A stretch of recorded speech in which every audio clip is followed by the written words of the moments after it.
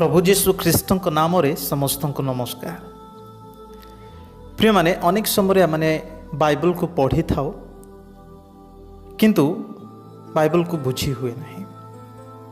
आमे जानू बाइबल यही जगत मध्य सबुठु अति गुरुत्वपूर्ण पुस्तक एवं अधिक मुद्रित एवं लोकप्रिय पुस्तक बाइबल अटे, कारण यह ईश्वर वाक्य अटे।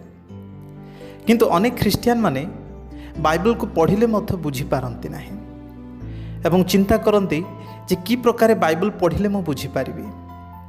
जदि आपण मानकर एही समस्या तेबे आज यही शिक्षा रे मु आपण मान को 5टी एही सहज उपाय आपण मान को जणाइबी, जहा द्वारा बाइबल को पढ़िबा द्वारा आपण माने सहज रे बाइबल रो भावार्थ को बुझी पारिबे।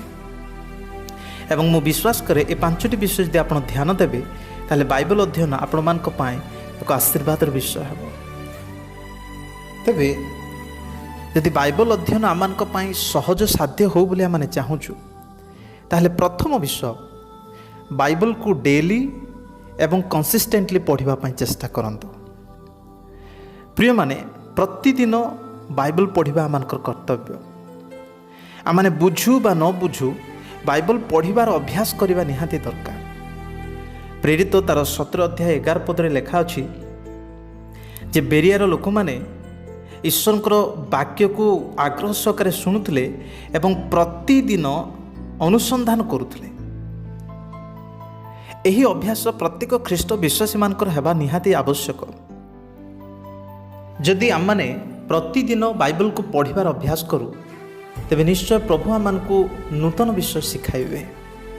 तेणु आसु अति कम रे 1 वर्ष मध्य पुरातन नियम को थरे एवं नूतन नियम को 2 थर पढ़ापी चेष्टा करूँ। वर्तमान ख्रीस्टियान मानकर गोटे बड़ भूल अभ्यास अच्छी। अनेके बाइबल को पढ़ती आज गोटे पुस्तकर गोटे चैप्टर, आसंता काली आ गोटे पुस्तकर आ गोटे चैप्टर, यही प्रकार भिन्न भिन्न पुस्तकरू भिन्न भिन्न चैप्टर काढ़ पढ़ती। सही प्रकार पढ़ा द्वारा वास्तव भावार्थ को सठिक भाव में धरी हुए ना। तेणु आपण मैंने बुक बाय बुक को पढ़ापी चेष्टा करूँ। धरी नियंतु जड़े व्यक्ति आपण को गोटे लेटर पठाइले, जदि आपण से लेटर रो वास्तव भावार्थ जानिबा को चाहूचंती ताहले आपण आरंभरू शेष पर्यंत धारावाहिक भाव में पढ़ा निहाती दरकार। जदि आपण प्रथम लाइन तापरे तल लाइन तापर मिडिल लाइन आपण पढ़े ताहले से भावार्थ को बुझीपारे ना। ठीक से प्रकार बाइबल को मध्य आपण पुस्तक जदि आरंभ कले से पुस्तक आरंभ शेष पर्यंत पढ़ापी चेष्टा करंतु। यही पुस्तक गोटे चैप्टर आ गोटे पुस्तक गोटे चैप्टर पढ़ा द्वारा आपण पढ़ुथे किंतु ईश्वर ज्ञान रे बढ़िबारे कष्ट साध्य हम। तेणु बाइबल को डेली पढ़ंतु एवं धारावाहिक भाव में पढ़ापी चेष्टा करंतु। एवं 2 नंबर विषय जदि बाइबल अध्ययन आम सहज हो बोले आम चाहूँ ताले बाइबल को क्यूरियसली पढ़ा निहाती दरकार, अर्थात कौतूहल भाव में पढ़ा दरकार। बाइबल पढ़ा समय केवल पढ़ी जीवा ताहा नुहे, बरं बाइबल पढ़ुवा समय अनेक प्रश्न को मध्य पचारिबा निहाती आवश्यक। आमे अनुसंधानात्मक प्रश्न गुड़िक पचारिबा द्वारा आमे पाठ्यांश को ठीक भाव में बुझीपार। तेणु आमे बाइबल को अध्ययन करुवा समय किए कहुअछि, कौन कहुअछंती, काहाकू लेखा जाय अछि, एही पठितांशर आलोच्य विषय कौन, केउं समय यह लेखा जाइछि, केउं परिस्थिति कौन एवं हिस्टोरिकल बैकग्राउंड कौन, अनेक विषय प्रश्न पचारिबा निहाती आवश्यक। केवल ताहा नुहे प्रिय माने, जदि आपण माने बाइबल पढ़ा समय यही प्रकार शब्द कि वार्ड आपण माने पाउछंती जार अर्थ आपण मान को अजଣା, तेबे से अर्थ को जानिबा पई मत चेष्टा करंतु।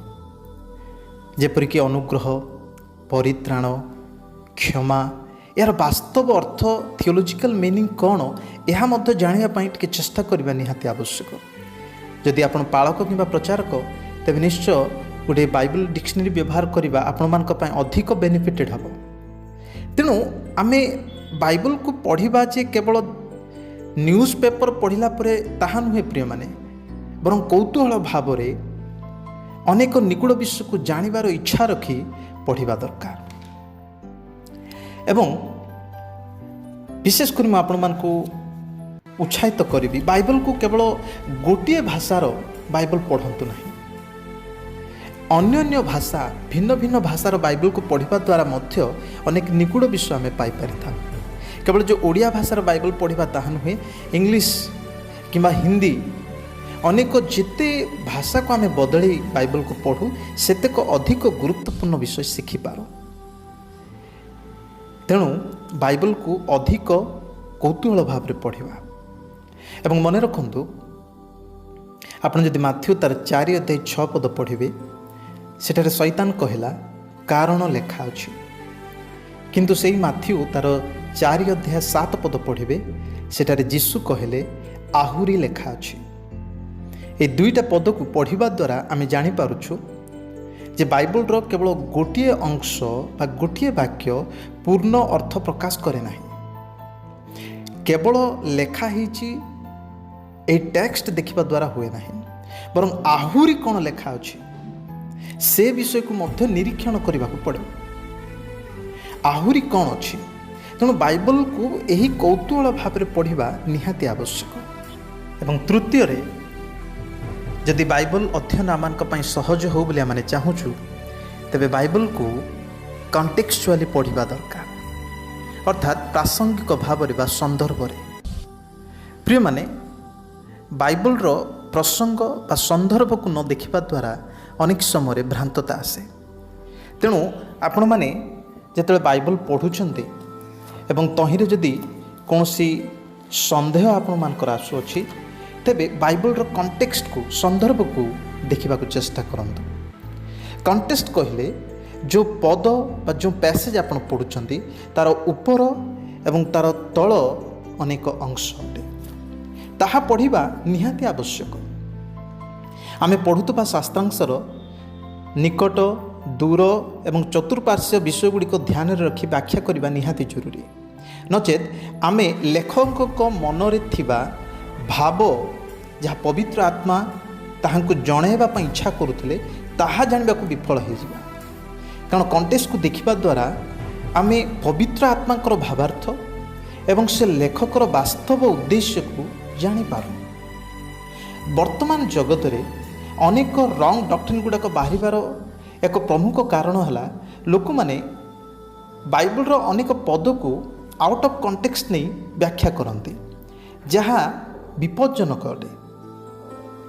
ତେଣୁ ବାଇବଲର ବାସ୍ତବ ଭାବାର୍ଥ କେବଳ ଯେ ଟେକ୍ସଟରେ ଥାଏ ତାହା ନୁହେଁ, ବରଂ କଣ୍ଟେକ୍ସଟରେ ପ୍ରକାଶ ହୁଏ। ତେଣୁ ମୁଁ ଆପଣମାନଙ୍କୁ ଅନୁରୋଧ କରିବି, ବାଇବଲକୁ ସବୁବେଳେ କଣ୍ଟେକ୍ସଟରେ ପଢ଼ିବା ପାଇଁ ଚେଷ୍ଟା କରନ୍ତୁ। ଯଦି ଆପଣମାନେ ଫିଲିପିଓ 4:13 ଦେଖିବେ, ସେହି ସ୍ଥାନରେ ପ୍ରେରିତ ପାଉଲ କହନ୍ତି, ମୋର ଶକ୍ତିଦାତାଙ୍କ ସାହାଯ୍ୟରେ ମୁଁ ସମସ୍ତ କରିପାରେ। ଏହି ପଦକୁ ଅନେକ ସମୟରେ ଲୋକମାନେ ଆଉଟ୍ ଅଫ୍ କଣ୍ଟେକ୍ସଟ ନିଅନ୍ତି। ଏହି ପଦକୁ ଆଧାର କରି ଦିନେ ଜଣେ ପ୍ରଭୁଙ୍କର ଦାସ ଫୁଟବଲ ମ୍ୟାଚ୍ରେ ମଧ୍ୟ ଆମେ ଜିତିପାରିବା, ଏହି ସନ୍ଦର୍ଭକୁ ବ୍ୟବହାର କରି କହୁଥିଲେ। କିନ୍ତୁ ଏହି ପଦ ଜଣେ ବ୍ୟକ୍ତି ଫୁଟବଲ ମ୍ୟାଚ୍ରେ ଜିତିବା ବିଷୟରେ ଲେଖା ହିଁ ନାହିଁ। ଯଦି ଆପଣ ଏ ପଦର ପୂର୍ବ ଅଂଶ ଦେଖିବେ, ପ୍ରେରିତ ପାଉଲ କହନ୍ତି, ଜଣେ ବ୍ୟକ୍ତି କି ପ୍ରକାର ପ୍ରଚୁରତା ସମୟରେ ଏବଂ ଦୀନତା ସମୟରେ, କ୍ଷୁଧିତ ଅବସ୍ଥାରେ କିମ୍ବା ପରିତୃପ୍ତ ଅବସ୍ଥାରେ କି ପ୍ରକାର ସୁଶିକ୍ଷିତ ହୋଇ ରହିପାରିବ, ଏହା ବର୍ଣ୍ଣନା କରି କହିଛନ୍ତି। ଏବଂ ଖ୍ରୀଷ୍ଟଙ୍କର ସାହାଯ୍ୟରେ, ଶକ୍ତିଦାତାଙ୍କ ସାହାଯ୍ୟରେ ମୁଁ ସମସ୍ତ କରିପାରେ, ଅର୍ଥାତ୍ ଏହି ଅବସ୍ଥାରେ ମଧ୍ୟ ସୁଶିକ୍ଷିତ ହୋଇ ରହିପାରେ। ପ୍ରିୟମାନେ, ଆମେ ଆଉଟ୍ ଅଫ୍ କଣ୍ଟେକ୍ସଟ ନେଇ ବାଇବଲକୁ ପ୍ରକାଶ କରିବା, ଏହା ଭୁଲ ହେବ। ମାଥ୍ୟୁ 18:20 ପଦକୁ ମଧ୍ୟ ଅନେକ ଆଉଟ୍ ଅଫ୍ କଣ୍ଟେକ୍ସଟ ନିଅନ୍ତି। ତେଣୁ ବାଇବଲର ବାସ୍ତବ ଭାବାର୍ଥକୁ ଜାଣିବାକୁ ହେଲେ ଆମମାନଙ୍କୁ କଣ୍ଟେକ୍ସଟକୁ ଧ୍ୟାନ ଦେବା ନିହାତି ଆବଶ୍ୟକ। ଏବଂ ଚତୁର୍ଥ ବିଷୟ, ଯଦି ବାଇବଲ ଆମମାନଙ୍କ ପାଇଁ ସହଜ ହେଉ ଚାହୁଁଛୁ, ତାହେଲେ ବାଇବଲକୁ ଡିସ୍ପେନ୍ସେସନାଲି ପଢ଼ିବା ନିହାତି ଦରକାର। ଡିସ୍ପେନ୍ସେସନାଲି କହିଲେ ସମୟ କାଳ ବା ଯୁଗକୁ ଆଧାର କରି। ଆମେ ଜାଣୁ ବାଇବଲ ଆମମାନଙ୍କ ପାଇଁ ଲେଖା ଅଛି, କିନ୍ତୁ ଏ ବାଇବଲରେ କେଉଁ ବାକ୍ୟ କେଉଁ ସମୟରେ କେଉଁ ଯୁଗର ଲୋକମାନଙ୍କ ପାଇଁ, ତାହା ମଧ୍ୟ ଆମମାନଙ୍କୁ ବୁଝିବା ଦରକାର। ଦ୍ୱିତୀୟ ତିମୋଥୀ ତାର 2 ଅଧ୍ୟାୟ 15 ପଦ ଯଦି ଆପଣମାନେ ପଢ଼ିବେ, ସେଟା ଲେଖା ଅଛି, ବାକ୍ୟକୁ ଯଥାର୍ଥ ଭାବରେ ବ୍ୟବହାର କର, rightly dividing the word of truth. ପ୍ରିୟମାନେ, ଏହି ବାକ୍ୟକୁ ଆମେ ସଠିକ୍ ଭାବରେ ଯଥାର୍ଥ ଭାବରେ ତାକୁ ଭାଙ୍ଗିବା ଏବଂ ଭାଗ କରିବା ନିହାତି ଆବଶ୍ୟକ। କେଉଁ ବାକ୍ୟ କେଉଁ ସମୟରେ କାହା ପାଇଁ ଲେଖା ଅଛି। ଉଦାହରଣ ସ୍ୱରୂପ ଆପଣ ଯଦି ପ୍ରକାଶିତ ତାର 1 ଅଧ୍ୟାୟ 19 ପଦ ପଢ଼ିବେ, ସେହି ସ୍ଥାନରେ ଲେଖା ଅଛି ଯେ ଯାହା ଯାହା ଦର୍ଶନ କଲ, ଯାହା ଯାହା ବର୍ତ୍ତମାନ ଘଟୁଅଛି ଏବଂ ଯାହା ଯାହା ଭବିଷ୍ୟତରେ ଘଟିବ, ତାହା ଲିପିବଦ୍ଧ କର।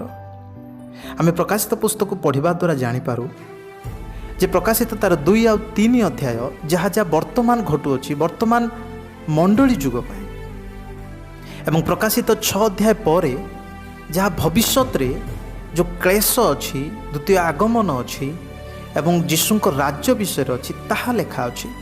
ତେଣୁ ବାଇବଲକୁ ପଢ଼ିବା ସମୟରେ ଉପଯୁକ୍ତ ଭାଙ୍ଗିବା ଆବଶ୍ୟକ ବା ଭାଗ କରି ଜାଣିବା ଦରକାର।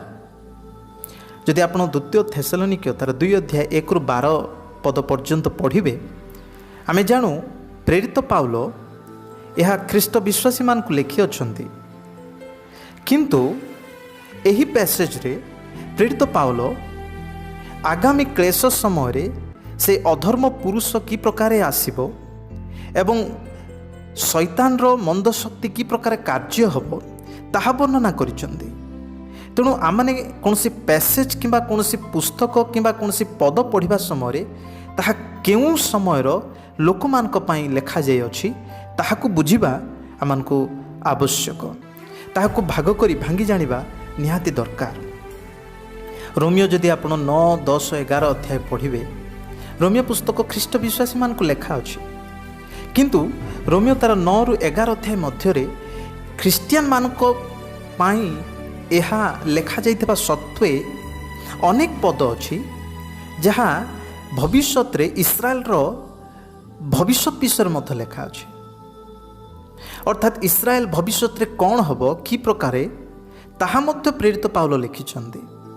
ତେଣୁ ପ୍ରତ୍ୟେକ ପ୍ୟାସେଜକୁ, ଅଧ୍ୟାୟକୁ କିମ୍ବା ପଦକୁ ପଢ଼ିବା ଦ୍ୱାରା ଆସୁ ତାକୁ ସଠିକ୍ ଭାବରେ ବିଭକ୍ତ କରି ଜାଣୁ। ଏହା ଅତି ଗୁରୁତ୍ୱପୂର୍ଣ୍ଣ ପ୍ରିୟମାନେ, କାରଣ ଏହା ନ ଜାଣିବା ଦ୍ୱାରା ବେଳେବେଳେ ଆମେ ଭ୍ରାନ୍ତ ହୋଇଯାଉ। କେବଳ ଯେ ପୁରାତନ ନିୟମ ଏବଂ ନୂତନ ନିୟମକୁ ଭାଗ କରିଦେବା ତାହା ନୁହେଁ, ପୁସ୍ତକକୁ ଭାଗ କରିଦେବା ତାହା ଯଥେଷ୍ଟ ନୁହେଁ। ବରଂ ଗୋଟିଏ ପୁସ୍ତକ ପଢ଼ିବା ବେଳେ ତାହା କେଉଁମାନଙ୍କ ପାଇଁ ଏବଂ ସେଠାରେ କ'ଣ ଡବଲ ଆପ୍ଲିକେସନ୍ ଅଛି ନା ନାହିଁ, ଏହା ମଧ୍ୟ ଧ୍ୟାନ ଦେବା ନିହାତି ଆବଶ୍ୟକ। ତାହା ଭବିଷ୍ୟତ ଲୋକମାନଙ୍କ ପାଇଁ ଭାବବାଣୀ କି ନା ବର୍ତ୍ତମାନ ମଣ୍ଡଳୀ ପାଇଁ ତହିଁରେ କୌଣସି ବାକ୍ୟ ଦିଆଯାଇଛି, ଏହା ମଧ୍ୟ ପଢ଼ିବା ଆମମାନଙ୍କୁ ନିଶ୍ଚୟ ଦରକାର। ତେଣୁ ପ୍ରିୟମାନେ, ବାଇବଲକୁ ଏହି ପ୍ରକାର ସମୟ କାଳ ବା ଯୁଗକୁ ଆଧାର କରି ମଧ୍ୟ ପଢ଼ିବା ଆବଶ୍ୟକ। ଏବଂ ଶେଷରେ ଯଦି ବାଇବଲ ଆମମାନଙ୍କ ପାଇଁ ସହଜ ହେଉ ବୋଲି ଆମେ ଚାହୁଁଛୁ, ତେବେ ବାଇବଲକୁ ପ୍ରେୟରଫୁଲି ପଢ଼ିବା ନିହାତି ଦରକାର, ପ୍ରାର୍ଥନାର ସହକାରେ। ପ୍ରିୟମାନେ, ଆମେ ଜାଣୁ ଯେତେବେଳେ ଆମେ ପ୍ରାର୍ଥନାର ସହକାରେ ବାଇବଲକୁ ପଢ଼ୁ, ଆମମାନଙ୍କର ସବୁଠୁ ଉତ୍ତମ ଏବଂ ମହାନ ଶିକ୍ଷକ ସେ ହେଉଛନ୍ତି ପବିତ୍ର ଆତ୍ମା। ସେ ହିଁ ଆମମାନଙ୍କୁ ବାଇବଲର ଭାବାର୍ଥକୁ ଶିଖାଇବେ। ପବିତ୍ର ଆତ୍ମାଙ୍କର ସାହାଯ୍ୟ ବିନା ଏ ଆତ୍ମିକ ବିଷୟକୁ ବୁଝିବା ଆମ ପାଇଁ କଷ୍ଟସାଧ୍ୟ ପ୍ରିୟମାନେ। ତେଣୁ ଆସୁ ଆମେ ଯେତେ ବାଇବଲର ଜ୍ଞାନ ଥିଲେ ମଧ୍ୟ ପ୍ରାର୍ଥନାର ସହକାରେ ପବିତ୍ର ଆତ୍ମାଠାରେ ସମର୍ପଣ ହୋଇ ପଢ଼ୁ। ଆଜି ବି ଅନେକ ଲୋକମାନେ ଅଛନ୍ତି ଯେଉଁମାନେ ବାଇବଲ ଜ୍ଞାନରେ ପୋଖତ ଅଟନ୍ତି, ନିପୁଣ ଅଟନ୍ତି, କିନ୍ତୁ ସେମାନଙ୍କର ଜୀବନଶୈଳୀ ଏହି ବାଇବଲ ସହିତ କୌଣସି କ୍ଷେତ୍ରରେ ଖାପ ଖୁଆଏ ନାହିଁ, ମେଳ ଖାଏ ନାହିଁ। ଏହି ପ୍ରକାର ବାଇବଲ ଜ୍ଞାନ କେବଳ ମନୁଷ୍ୟକୁ ଗର୍ବ ଜନ୍ମାଏ ପ୍ରିୟମାନେ। ପ୍ରଥମ କରନ୍ଥୀୟ 8:1 ପଦରେ ଲେଖା ଅଛି, ପାଉଲ କହନ୍ତି, ଯଦି ବାଇବଲ ଜ୍ଞାନ ହିଁ ବଢ଼ିବ କିନ୍ତୁ ତାହା ଖ୍ରୀଷ୍ଟଙ୍କର ବଶୀଭୂତ ହେବାରେ ଆତ୍ମିକତାରେ ଆମକୁ ବଢ଼ାଇବ ନାହିଁ, ତେବେ ତାହା ଗର୍ବ ଆଣେ। ତେଣୁ ବାଇବଲ ଅଧ୍ୟୟନର ବାସ୍ତବ ଉଦ୍ଦେଶ୍ୟ ଆମର କ'ଣ? ବାଇବଲ ଅଧ୍ୟୟନ କେବଳ ଜ୍ଞାନକୁ ଆହରଣ କରିବା ତାହା ନୁହେଁ, ବରଂ ଜୀବନକୁ ପରିବର୍ତ୍ତନ କରିବା। ବାଇବଲ ଅଧ୍ୟୟନର ବାସ୍ତବ ମୂଳ ଉଦ୍ଦେଶ୍ୟ ହେଲା ଆମ ଜୀବନରେ ସେ ବାକ୍ୟକୁ ପ୍ରୟୋଗ କରିବା, ପାଳନ କରିବା, ଆଉ ତାହା ପବିତ୍ର ଆତ୍ମା କରନ୍ତି। ତେଣୁ ମୁଁ ଆପଣମାନଙ୍କୁ ଅନୁରୋଧ କରିବି, बाइबल केवल ज्ञान को बढ़ावा पढ़ंतु ना, बाइबल द्वारा आमे जेमती परिवर्तन हवा से पढ़ा निहाती दरकार। तेबे पवित्र आत्मा आमान को निश्चय से सत्य पथरे कढ़ाइबे, उपयुक्त भाव आमान को बढ़ाई नेबे। प्रभु आपण को आशीर्वाद करंतु एवं ए 5टी सहज उपाय द्वारा बाइबल को पढ़िबा जे आपण मानक पई सहज साध्य हो एवं बाइबल रो अनेक निगूढ़ विषय जानी तदनुसार आत्मिकतार निष्ठा प्राप्त बढ़िबा पई साहाय्य करी कढ़ाई नियंतु। प्रभु ए शिक्षा द्वारा आमने समस्त को निष्ठा दियंतु। आमेन।